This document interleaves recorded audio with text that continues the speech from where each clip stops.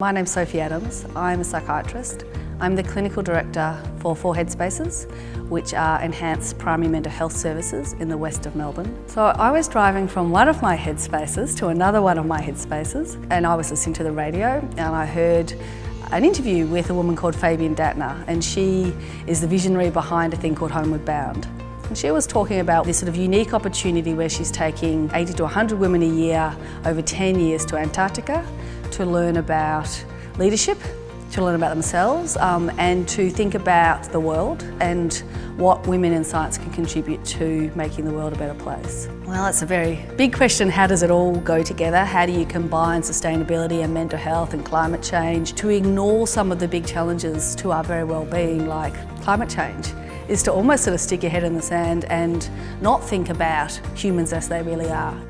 I was a bit concerned about 80 women on a boat for such a long time, not able to get away from other people, and how do you manage your own emotions and how do you contain yourself, how do you help others? And even with capacity to predict and to understand the human condition and emotions and how people are, and even with reasonable self-knowledge, you never really know how you're going to match up to a challenge like this. Not being able to communicate with others creates this unique environment in which you can really think, who am I? What am I good at?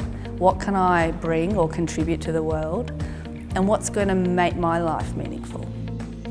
You go on the Drake Passage, it takes 3 days, and it is some of the most open sea in the world. You see many, many icebergs before you see anything like land. And some of the icebergs that I saw were the size of city blocks.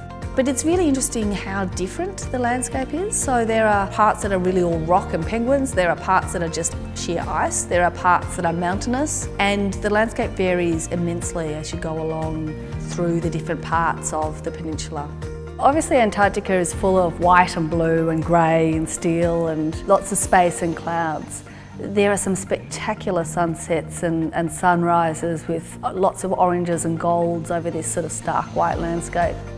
And there were some spectacular days where it was like you were in a black and white painting, and then there was a giant blue iceberg, startling in its sort of intensity and colour.